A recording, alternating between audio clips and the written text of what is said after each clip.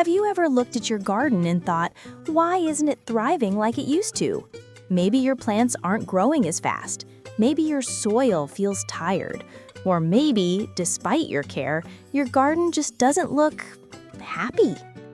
Well, here's the truth. Sometimes it's not about what we aren't doing. It's about what we are doing. Small habits that sneak in, quietly hurting our gardens without us even noticing. All right, gardener, this one's for you. Whether you've just started growing your first tomato or you've been nurturing your garden for years, today we're going to gently uncover the 7 bad gardening habits that hold you and your plants back. And don't worry, we'll talk about simple ways to fix each one. Welcome back to Rootly Gardening, where we grow together one mindful step at a time. Today, we're talking about habits that seem harmless, but slowly damage your plants, your soil, and even your love for gardening. We'll explore how overwatering can drown your roots, how impatience can ruin your seedlings, why certain fertilizers do more harm than good, and what happens when you forget to rest your soil. But here's the special part. Stay with me until the very end, because I'll share one secret that most gardeners learn too late.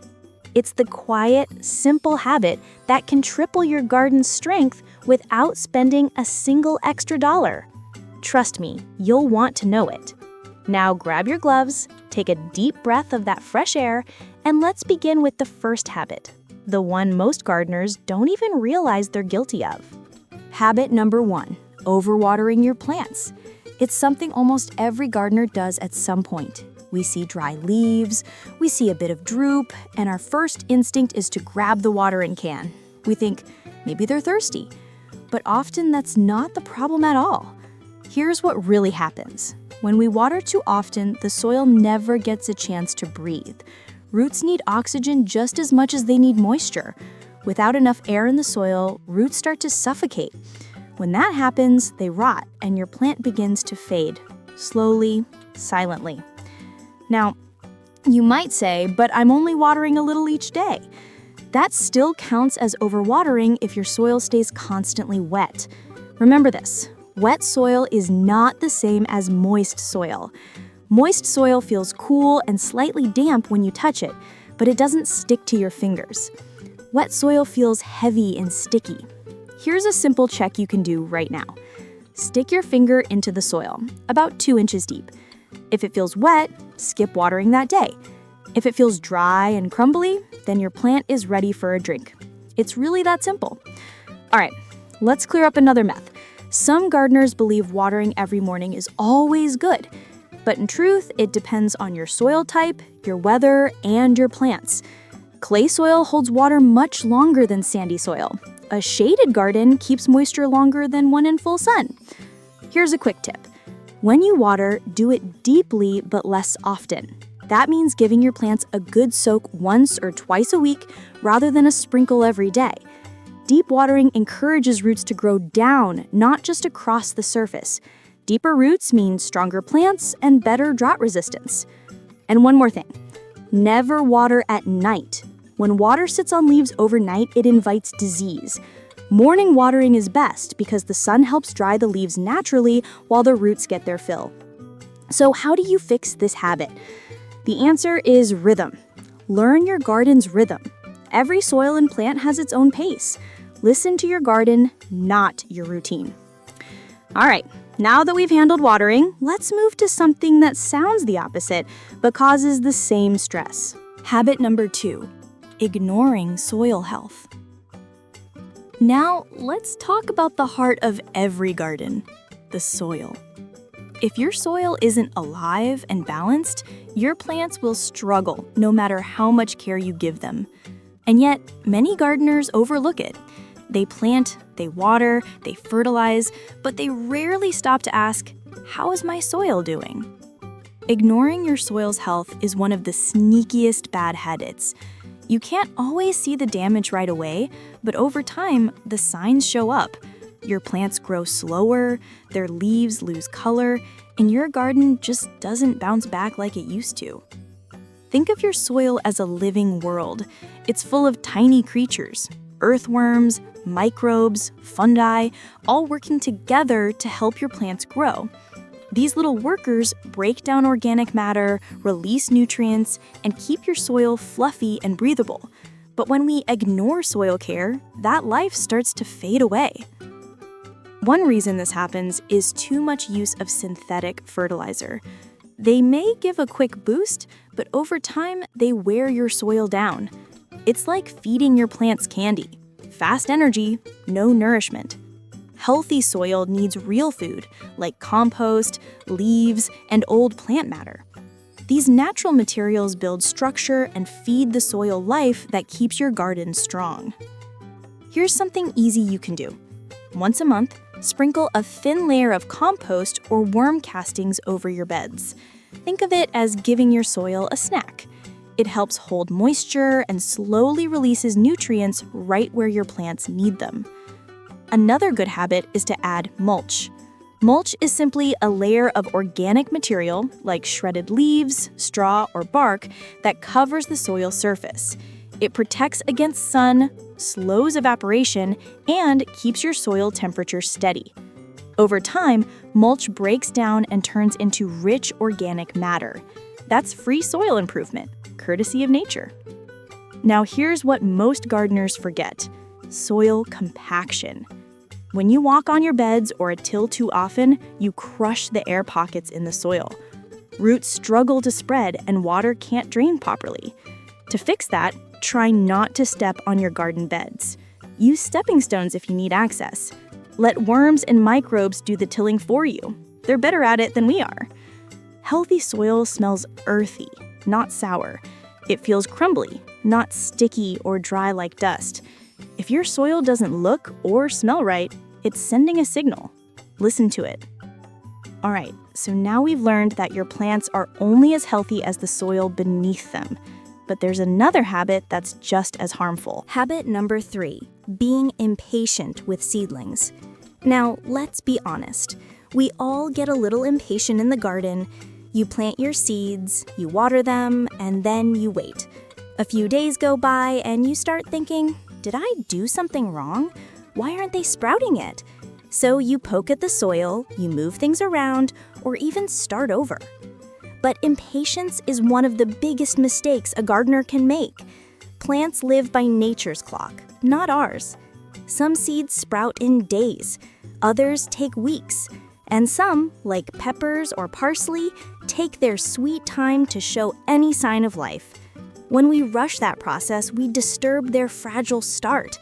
A seed just starting to crack open can be damaged if we dig around or overwater it. Here's a small truth. Most of the growing happens underground, long before we see a sprout.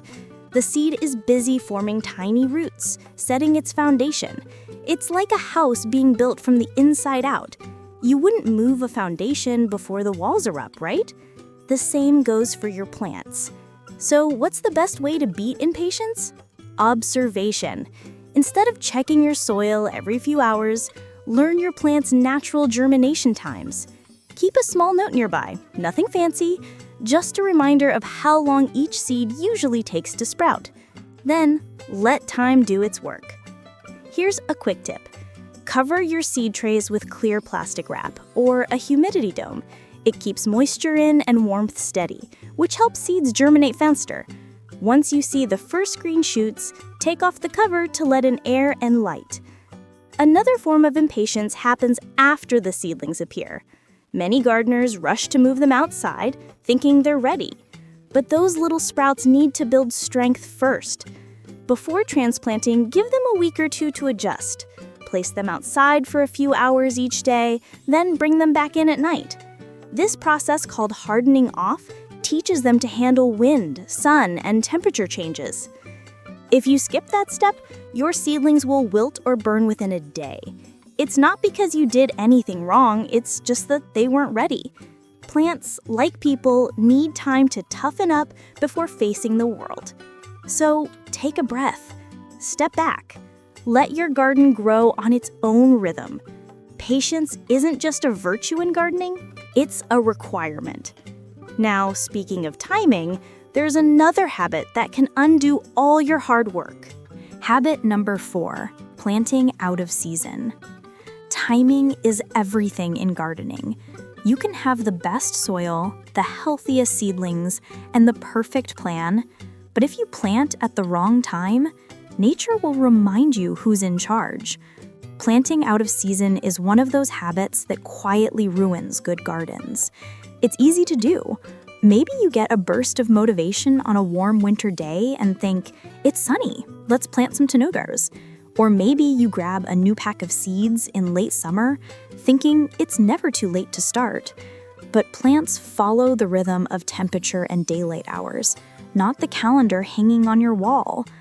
Every plant has what's called a growing window. That means a specific range of temperature and daylight hours it needs to grow well. For example, lettuce loves cool weather, while cucumbers prefer warmth. If you plant lettuce in the heat of summer, it bolts, meaning it grows tall, bitter, and goes to seed. If you plant tomatoes too early in the cold, their roots stop growing and they just sit there, waiting for warmth that might not come in time. The fix is simple, but powerful. Learn your frost dates.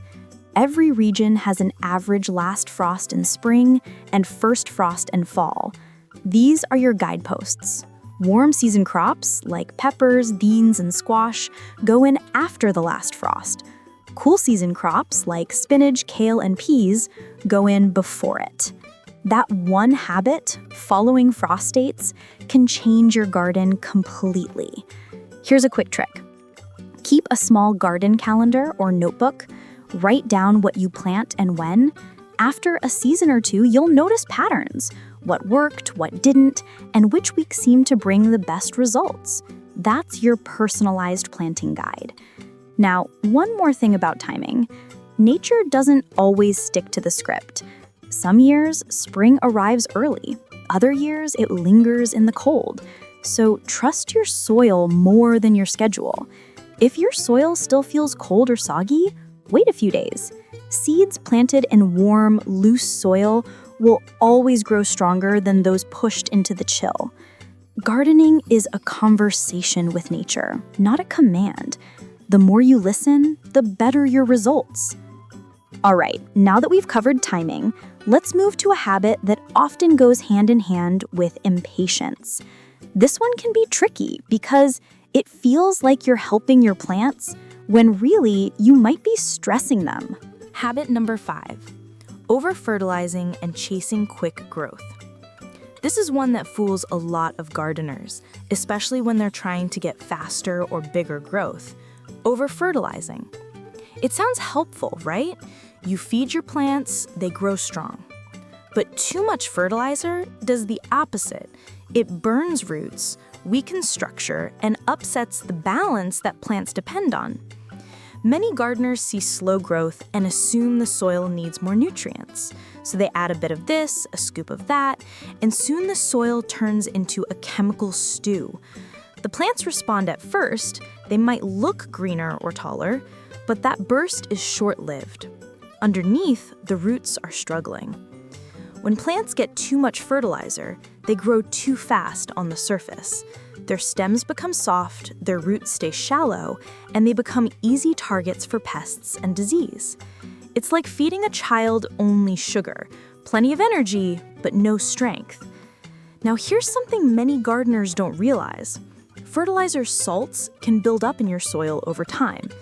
You can't always see it, but it's there, slowly creating a crust that blocks roots from taking up water. This can lead to yellow leaves, droopy plants, and stunted growth, the very problems we thought fertilizer would fix. So how do you know how much is enough? Less is almost always better. Fertilizing once or twice a season is plenty for most home gardens. And instead of using strong synthetic mixes, go for organic or slow-release types. Compost, worm tea, or fish emulsion are excellent choices.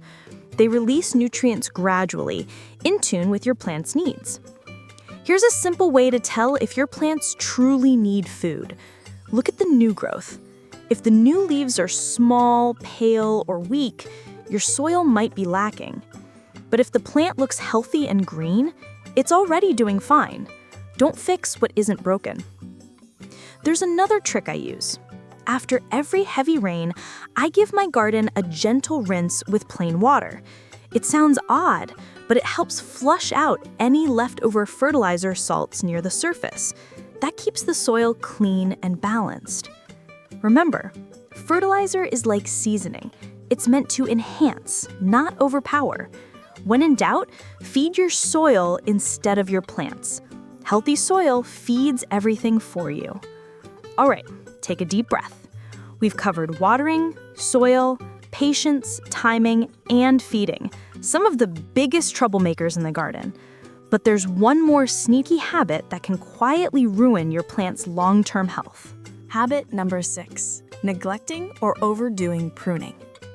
Now let's talk about pruning, the simple act that keeps your plants balanced, healthy, and full of life. When done right, pruning helps plants focus their energy where it matters most. But when done wrong, it can set them back for months. And yes, both not pruning enough and pruning too much can be bad habits. Let's start with the first one, neglecting pruning. It's easy to put it off. Maybe your tomatoes are growing wild, or your shrubs look full and green, so you think, why cut what's already healthy? But when you skip pruning, your plants start wasting energy on weak or overcrowded growth. Air stops flowing through, moisture stays trapped, and before long, disease and pests find a perfect home. Take tomatoes, for example. If you let them grow unchecked, they'll produce more leaves than fruit. The plant's energy goes into foliage instead of feeding the blossoms. A few gentle snips here and there can change everything. Remove the lower leaves that touch the soil and pinch off the small shoots that form where branches meet the main stem. Those are called suckers. They're harmless but greedy. By trimming them, you guide the plant's focus back to producing healthy fruit. Now let's talk about the other side, over-pruning. This one comes from enthusiasm.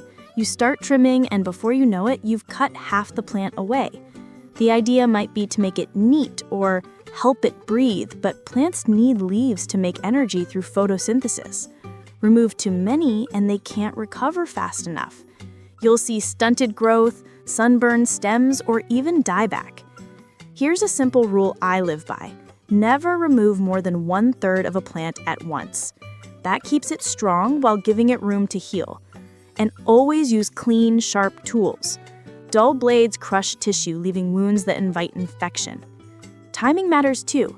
Don't prune on extremely hot days or right before a frost. Heat stresses open cuts and cold can damage new growth. Early morning on a mild day is best. And here's something that often gets overlooked.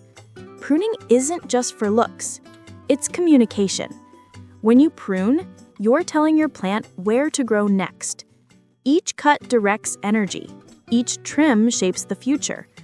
Once you see pruning that way, it stops feeling like cutting and starts feeling like guiding. If you're enjoying this and learning something new, now is a perfect time to pause for a second. Go ahead and hit that like button. It tells me you're finding this helpful. And if you haven't yet, subscribe to Rootly Gardening so you never miss our weekly growing tips, plant guides, and those honest, hands-in-the-dirt lessons we all need. All right, ready to dig back in? Because our last bad habit might be the most important one yet. It's something gardeners rarely think about, but it can make or break the health of your entire space. Habit number 7, forgetting to rest and rotate your garden soil. This one's sneaky because it doesn't show its effects right away. In fact, you might not notice the damage for years. But when it catches up, it can drain the life right out of your garden. Here's the truth. Soil, like people, gets tired. When you grow the same crops in the same spot every year, those plants keep pulling out the same nutrients over and over. Eventually, your soil runs low on certain minerals while others pile up too much. That imbalance makes your plants weaker and invites pests and diseases that love to stick around for another season. It's a bit like cooking in the same pan without ever washing it. Over time, the flavor turns dull and bitter. The same thing happens in your soil. It needs a reset. Rotation is nature's way of rebalancing. Each plant family takes and gives back something different. For example, beans and peas add nitrogen to the soil, while tomatoes and peppers use a lot of it. If you grow tomatoes one year and beans the next, your soil stays in harmony. It's a natural give and take that costs nothing but attention. So here's what you can do. Every year, change where you plant your main crops. Move your heavy feeders like tomatoes, corn, or cabbage to a new bed and replace them with lighter feeders or soil builders like beans or leafy greens. If you have limited space, even shifting pots or using raised containers for rotation helps. Now, about resting your soil. This means letting one area sit without crops for a while, especially after a big season. You can cover it with mulch, straw, or even plant a cover crop. Cover crops are simple plants, like clover or ryegrass, grown not for harvest, but to restore your soil. They protect it from erosion, add nutrients, and invite beneficial insects that will protect your plants for free. Even a short rest makes a big difference. Think of it as letting your garden take a nap so it can wake up refreshed for the next season. And this brings us to that final secret I promised you at the beginning. The quiet habit that can triple your garden's strength without spending an extra dollar. Letting nature do some of the work. Most gardeners think their job is to control everything. The watering, the soil, the pests, the timing. But the real secret is learning when to step back. The healthiest gardens aren't the most managed ones. They're the ones that work in partnership with nature. Here's what I mean. Instead of forcing your soil to produce non-stop, give it space to breathe. Instead of pulling every fallen leaf, let a few stay and decompose naturally. Instead of reaching for chemicals, attract beneficial insects like ladybugs and bees that will protect your plants for free. Your garden is a living system, not a machine. Every time you trust it a little more, it rewards you.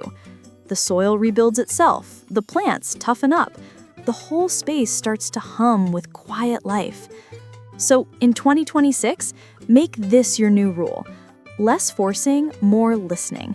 Spend more time watching how your garden behaves on its own. Let the small signs guide you. A worm in your soil, a bee on your basil, a patch of moss that tells you where the shade loves to rest. Those little clues are your teachers. If you build this habit of letting nature lead, your garden will not just survive, it will thrive, quietly and beautifully. So today, we uncovered 7 bad gardening habits you'll want to quit in 2026.